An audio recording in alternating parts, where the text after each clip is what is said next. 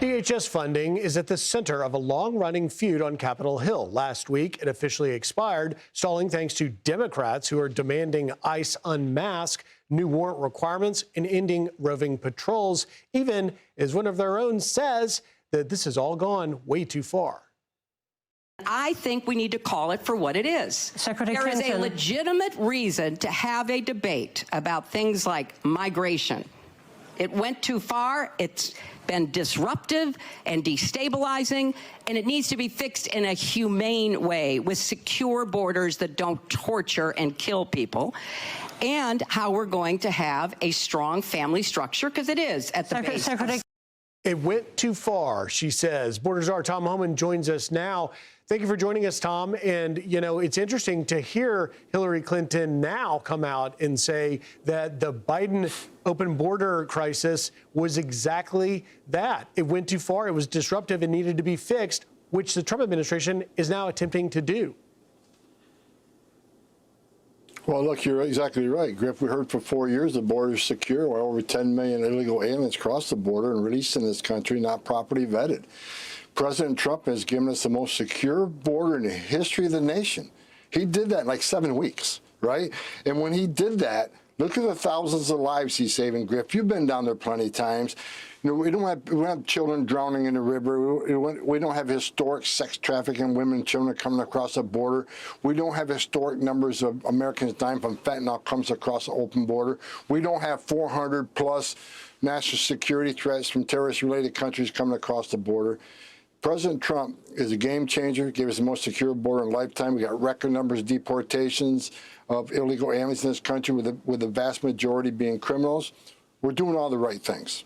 Well, and you just concluded the operation in Minneapolis, Operation Metro Surge, which you have touted as a success. Why is it a success, and why is it that Democrats, like those in the state of Minnesota, have trouble understanding exactly that success? Look, it's a great success, but I don't expect any politician from that state to say, President Trump, congratulations, did a good job. Tom Homan did a good job. Bottom line is President Trump sent me up there to de-escalate, get state and local cooperation, and stop being a sanctuary state, and arrest illegal aliens with a focus on criminals. Over 4,000 arrests, done. De-escalation, done. Collaboration and cooperation with the prisons and the counties, done.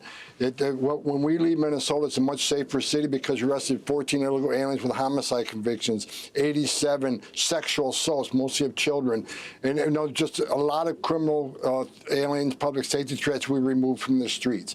It's a great success, and the men and women who carry that badge and gun for ICE, it's safer for them because they can arrest a public safety threat at a jail premise rather than going on the street and trying to arrest them on their turf where they have access to who knows what weapons. And Minnesota is less of a sanctuary state because of what we did there. And I would just add to that, you also rescued in this operation thousands of children. Over 3,300 children. You know, the last administration, over 500,000 children smuggled in this country, released to unvetted sponsors. They lost track of 300,000 of them. President Trump has already found 145,000 of them. In Minnesota alone, over 3,300 missing children we found that the last administration wasn't even looking for. So you didn't get the thanks, as you mentioned, but it appears that Governor Walz and Mayor Frey want to send a bill to the federal government. Here's a little bit of what they have been saying. Listen here.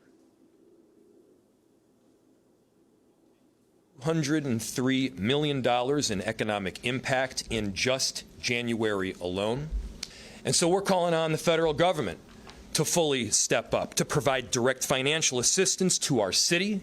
The federal government needs to pay for what they broke here. You don't get to break things and then just leave without doing something about it. Tom, your reaction? A lot of things were broken, but it wasn't because of Trump administration.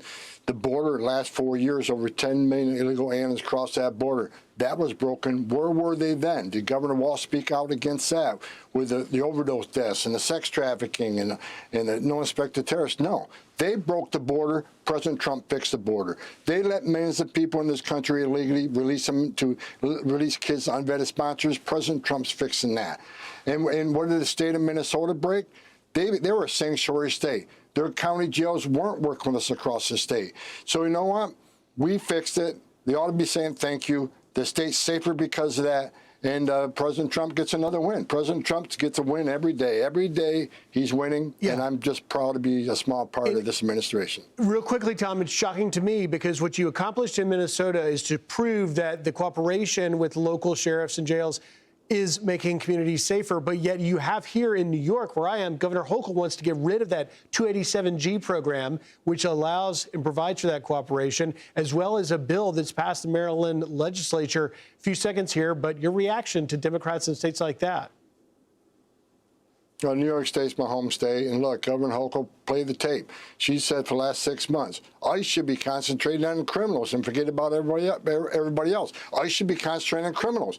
Then she locks us out of the jails? She can't square that. Just politicians. It's politics at its worst. They're putting politics ahead of public safety, bottom line. It's crazy. Tom Homan, thank you for joining us. You got it. Thanks, Griff. And don't go anywhere. More Fox and Friends is next. I'm Steve Doocy. I'm Brian Kilmeade. And I'm Ainsley Earhart. And click here to subscribe to the Fox News YouTube page to catch our hottest interviews and most compelling analysis.